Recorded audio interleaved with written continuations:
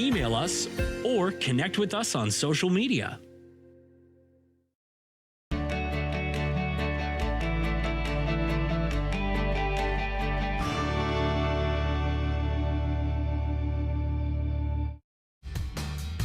Don't forget to tune in to Grey County Life at Home next week.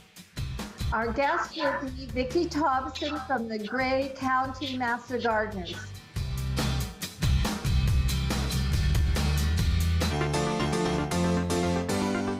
Anthony will never marry. If it comes to that, I'll freeze my eggs. You should freeze your whole body if you're waiting for that. Anthony, time is running out. Would you marry me?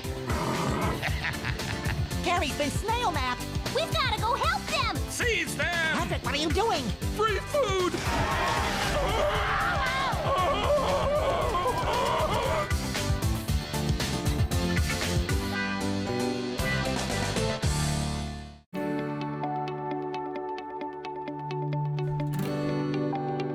This is Rogers TV, Grey County.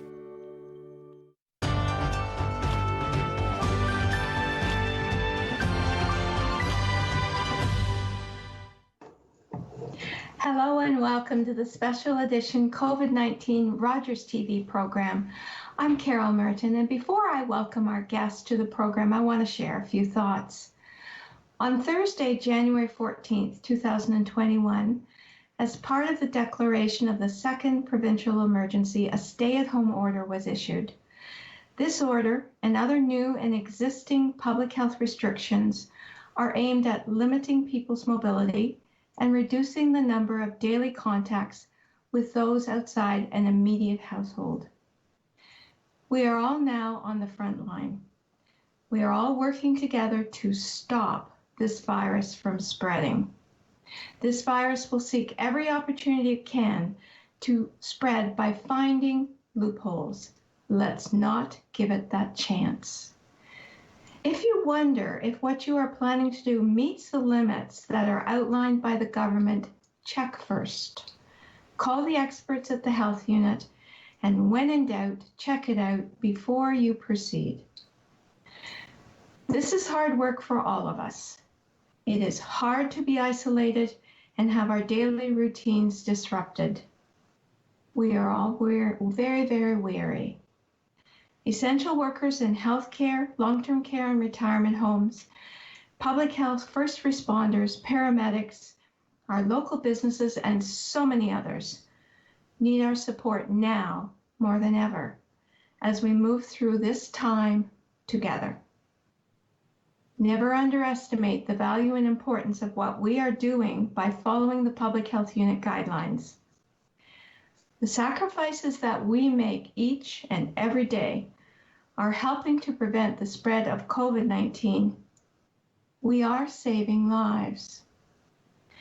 Thank you for what you are doing, and I want to thank our two guests today who have joined us to talk about the impact of COVID-19 on their lives, because I have two parents who are here who are going to talk about remote learning, the school system, and how things have gone for them. So I'm pleased to welcome Janelle Mcdougall and Jeanne Varsaba, who are both here and are going to chat about their experiences. Thank you both for being here today. Thanks for having us. So, as we talked just before the program, you don't have to wait for me. I'm just expecting you guys to take the show away. But I'm wondering first if you'd mind telling me a bit about yourselves, your children's ages and what, basically, are you a work-at-home? Are you a homeschool parent? All of that sort of thing. So who'd like to go first? You go ahead, Janelle. Sure. So I live in rural Grey County outside of Owen Sound. I have two daughters who are in grade 4 and grade 6 at a school in Owen Sound. I have been working from home since March. My role is in a health service profession. I manage frontline workers. So while I'm working from home, I'm also supporting a number of staff who are out on the front lines daily. So that's kind of a little bit about me. Thank you. Jeanne. I live in Owen Sound. Both of my kids are still doing remote learning. They've been doing remote learning since the beginning of the school year. My son is in grade 4 and my daughter is in grade 1.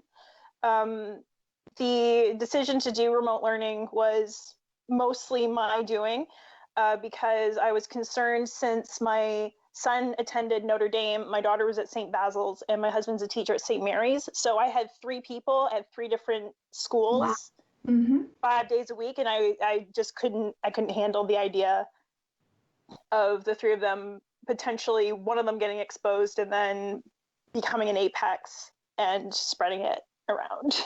Yeah, absolutely. So that was a significant decision because it changed. Prior to that, they'd been going to school, so it changed your life. Yeah. I would have to say it's been especially hard on my son. He's just recently diagnosed with autism spectrum disorder, so his normal routine has been completely thrown out the window. So it's been really rough on him. So that adds another challenge when you have children with special needs. All children are special, but then there are those who also have special needs that it's tough when you're a parent if you don't have the resources or the training to address those special needs. Often we rely on the school system to help us with those resources. So the experience of remote learning. So Janelle, your children have gone back to school, is that correct? Yeah. Okay. So, and it was when we had the opportunity to make the decision in September about whether they would return or not. We did mull it over a little bit, but decided that for both of them, their need for social interaction outside of our home was really important. For me to be able to balance my work day, it was also important for them to be at school doing as much of a normal routine as we could. So they did go back in September. I will say I had both of them home a few times because of the screening process and symptoms that they had that they weren't sick, but they were home. So we did kind of do a hybrid model all of the fall anyways. And then this little last few weeks of school closures, I've had them home. They returned back to school this week, though, which they were both, I've said a few times, they were both excited to be going back in September and both excited to be going back this time around, which told me that they really missed being at school. These are the first times they've ever been excited about going to school. So I knew it was the right decision for them. Yeah, the novelty wore off. Yes. That's a memory you're going to hang on to, right? Yeah, absolutely. Yeah, for sure. So what I'm hearing already is that no one decision fits all families, and that everyone had to come up with a decision that matched your family, your lifestyle, but also the needs of the children, so there's no recipe for the right decision or no recipe for one size fits all, for sure. So tell me what it's been like. How has it been like with the actual part of the learning experience? Because all of a sudden you become, parents are teachers, but it's a bit of a different kind of teaching. It's not just living skills, it's education, grade school stuff. Tell me how you went about that and what resources did you use? Well, since my kids have been enrolled since the beginning of the year, there was actually the Bruce Gray Catholic District School Board set up a school, a separate school. So the kids still have contact with their home schools, but they are enrolled in St. Isidore Virtual School, and they've got their own logo and everything, and it's really quite cute. And so they've had dedicated classroom teachers. So each of them has a class of about 13 or 14 students that are on live learning for most of the day. There's a little bit of independent time when the teachers are on their prep periods like they would have had in a regular school. They've recently gotten a dedicated art teacher who spends 2 periods with each class of, I think the principal said that there was maybe 250, 300 students enrolled. So there's a little bit of rotation. There's a little bit of routine. Basically, my role has been the lunch lady and the EA. So the biggest struggle I've been having is that my son has special needs and he's also ADD. So staying on task is rough for him. And then my daughter is extremely social and likes to have the validation, and she likes to have mommy's attention at all times. So going between them has just been like probably the biggest frustration. But overall, they're doing the best that they can, and I really appreciate that. However, it seems that the virtual schools never got any sort of EA support or anything like that, even put into consideration when they got established. So the option for a student to go into a separate chat room with a teacher for more one-on-one work is not available with the remote learning, is that correct? They do have breakout rooms. Okay. And so, for example, my son will have weekly reading assessments with his teacher. So all the other kids will be in one group, and then she'll have a breakout room with her and one of the other students to do one-on-one. And the way that my daughter's teacher does it, she does it differently. She tells the kids, okay, at this time, I'm going to do an assessment with this student, and I want the rest of you to sign back in at this time. Because she wants to make it very clear that one-on-one assessments are private. And she's very clear about stuff like that. And she has the kids do stuff. And there's a lot of programs and websites and stuff that the kids have been using for like math and literacy. So they do that while teachers are doing their one-on-one stuff. How about you, Janelle? What's been happening for you? So our transition to remote learning wasn't smooth because the teachers who were teaching in class switched to remote learning when they didn't go back after Christmas break. One of the things, we're also in the Catholic school board, so one of the great things about the board is that they had provided all of the students with Chromebooks at the beginning of the school year so that they have at least the devices that they need to do their work. But to paint a picture as far as what this looked like in our home, so we live in rural Grey County, so we don't have the right internet. We use mobility internet, which is very expensive. I am in meetings on my laptop most of the day using Zoom, so I sit in one space in the house. The girls, one of the rules with the school was that they couldn't be sitting in bedrooms. So we had to have them in 2 different dedicated spaces where the noise wouldn't carry. So they would be in their synchronous classes while I was doing my meetings. Their breaks at the same time. So one would go on her snack break and then go bother the other one who was still supposed to be in class. And they would switch because I couldn't stop them. At other times, it becomes very easy to just take off the headphones and walk away in the middle of class when there's no one there to put you back on the chair to stay in class. So had to often intervene and get the littlest one back on her chair because she just loses interest and walks away from what she's doing. So it was a challenge trying to manage work full-time, their schoolwork. They both were given independent time to get other assignments completed. But again, not being able to sit right there and see what they needed to be doing, I had to reset my expectations early on that we were all just going to do our best. The teachers were doing their best, and that was going to have to be good enough because we couldn't do any more than that. So they signed on when they could sign on. If they were too tired that day, we took a break. I mean, their little eyes looking at these screens for 6 hours in a day, it's a lot. And we had to kind of forgive ourselves a bit that we were going to have not as great of attendance as we should. And but for the sake of their well-being as well, we did have to kind of make that space where we needed to. It from a cost perspective cost me a significant amount of money to have them home for 3 weeks using my home internet.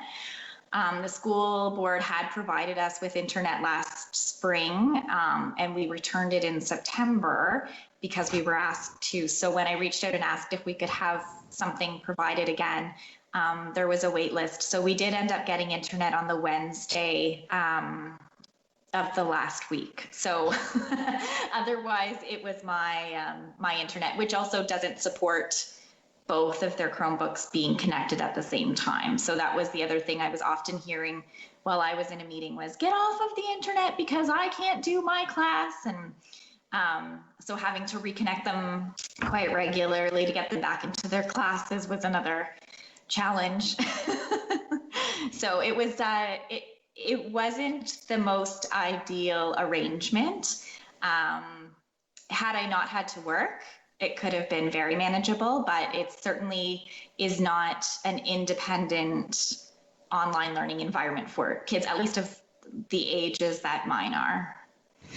So you certainly mentioned, you almost needed a referee shirt, but you were busy working and couldn't attend, like they would get in the class setting.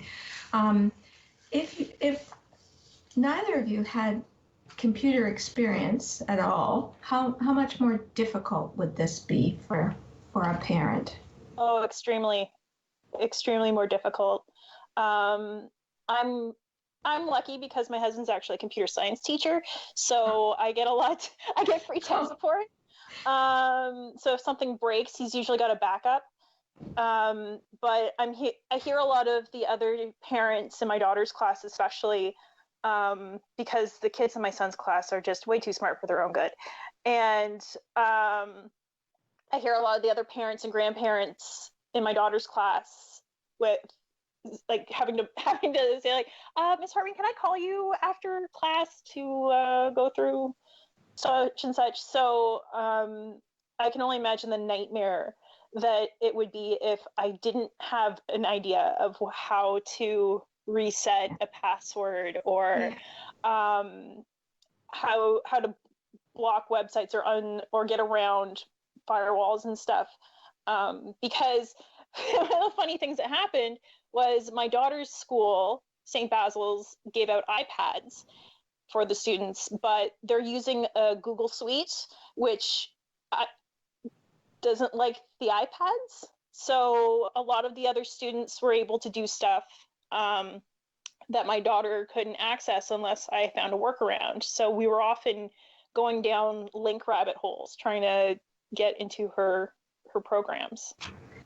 So certainly lots of bumps along the road, even when you're connected, but there are places that don't have connectivity for. Yeah. What do people do there? Have you heard from other parents when they are in a black hole where there just isn't the ability to connect? Well, you're actually the first adults I've spoken to outside of my own home in months. So I'm not entirely sure what the more rural families are dealing with, but again, I can imagine. I think like my daughter's teacher is kind of rural, so the meetings cut in and out a lot. Mm-hmm. So she makes sure to post things so that even if the kids can't directly talk to her, there is information available. Yeah. So from your perspective, I mean, there's been some significant challenges, some glitches along the way. I found it really interesting, Janelle, that early on you changed the expectations to make this whole situation tolerable.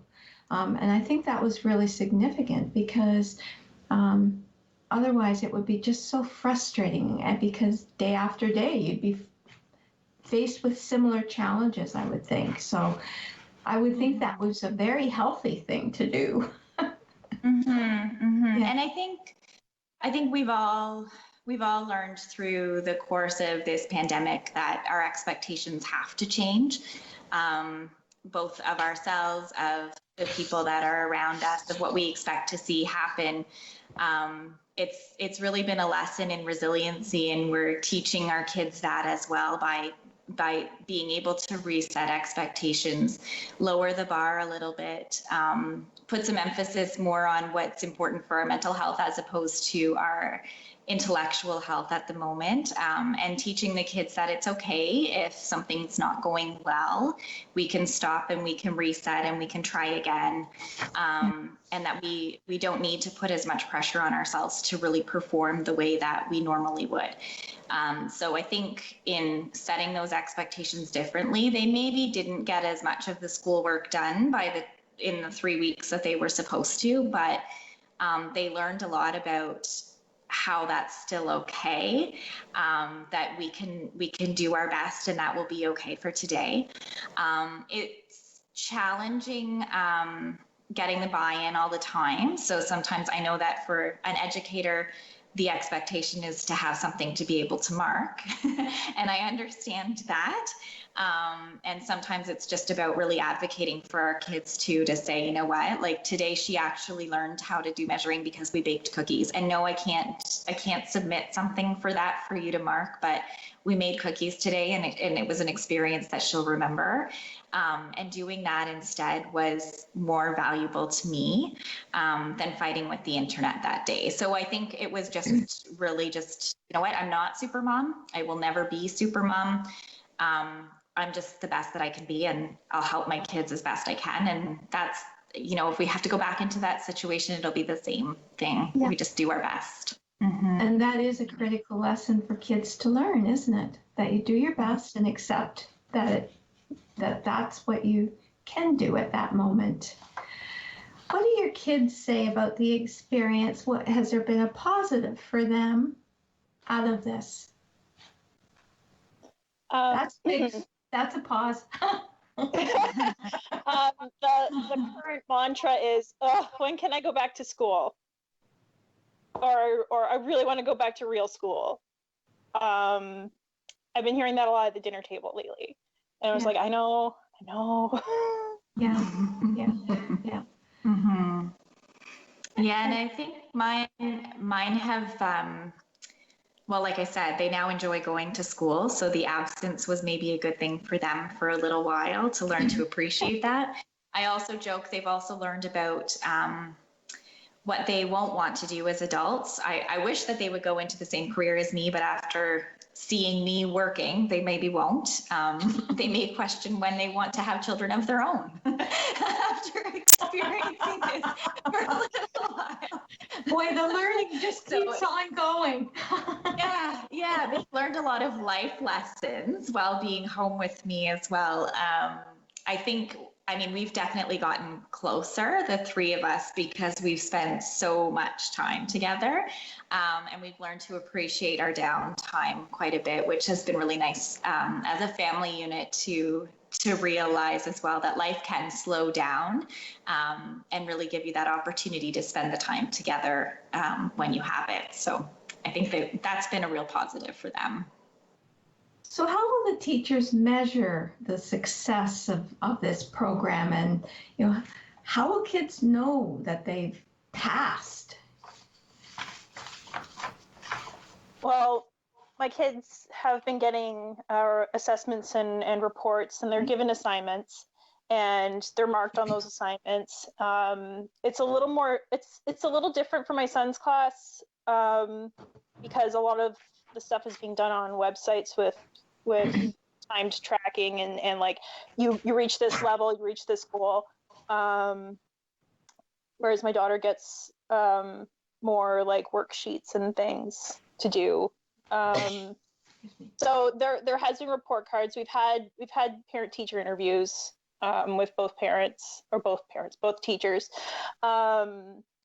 So in that way, it hasn't changed that much. But if there's like issues and stuff, one of the benefits of having it being here and being present is that if we do get issues that come up, I can deal with them right away instead of waiting to hear from the administration or something. Mm-hmm. Ginelle, anything to add to that? No, as far as I know, as far as I understand, the work that the girls did over the last 3 weeks are being included in their report card evaluations that are coming soon. So they were handing in assignments just as they would be while they were at school. So I anticipate their marks will look a little different than what we usually see with them. But they had to learn how to do something entirely different than what they know. So it won't surprise me a bit. Yeah. Mm-hmm. So if you were at the beginning of the process, rather than now, what suggestions would you give to make the experience go more smoothly?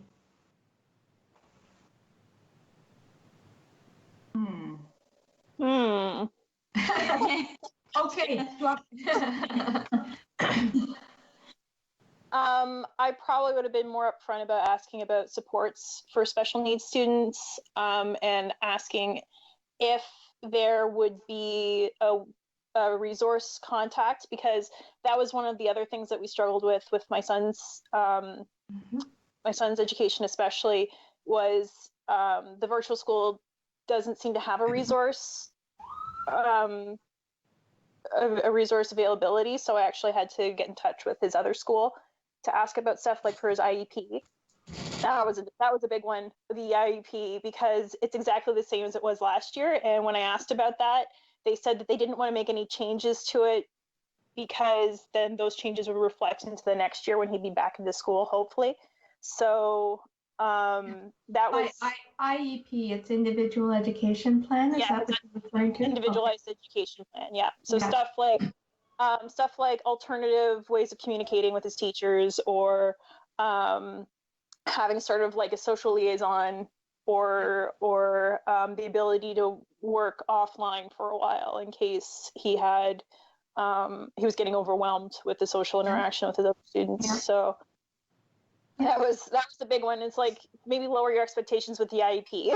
Yeah, gotcha. Janelle, we've got about a minute and a half left. What would you say? Yeah, I think that my biggest suggestion would be that managing online learning with a synchronous learning environment was a lot less realistic than what was arranged in the spring, where everything was assigned independently for the students to work at their own pace. Because I certainly could have done a lot of schooling in the evenings with the girls this time around. But because they were expected to be online in class learning, that really forced them to be a lot more independent with it and not to have me as available as I could have been. Yeah. So I think just the reality of doing synchronous learning in this type of an environment is it's just not realistic. I can't believe our time is up. I have enjoyed speaking to both of you very much. From my perspective, I do think you're super moms. Thank you for everything that you're doing, and all the best. Thank you. Thank you to our viewing audience as well for joining us today. Please stay tuned for more information about programs and services available to you. Please take care and stay safe. Thank you.